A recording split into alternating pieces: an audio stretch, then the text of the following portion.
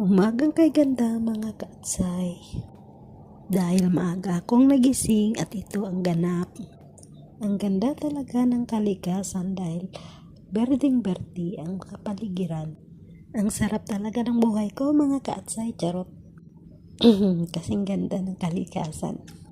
Ito nga pala ang goal ko mga kaatsay kapag ako tumama sa loto. Dito ako titira. Joke lang. Libre naman ang mangarap, pero malay mo, my wish is granted. Charot lang mga katsay. Pero feel ko parang nasa heaven ako. Pero sino bang mag-aakala na mayroong mga tao na dadalhin ka dito ng libre, di ba?